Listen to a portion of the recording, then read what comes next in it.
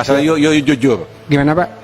Prancis belum ada deal sama Yo. Yo jangan bohongi saya bosan ngecek nih. Prancis belum ada deal pembelian 3 juta vaksin. Maaf Pak. Ya, nggak jujur aja, nggak. Gini loh, maksudnya kalau memang ini tidak bisa di Prancis, di Malaysia ada nggak vaksin? Ada. Di Vietnam ada nggak? Ada. Di Australia siapa membantu? Itu loh maksud saya.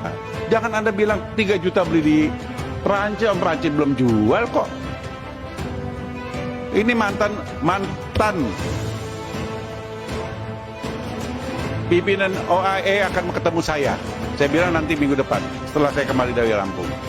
Ingin menjelaskan, membantu pemerintah Republik Indonesia bagaimana solusi jalan keluarnya.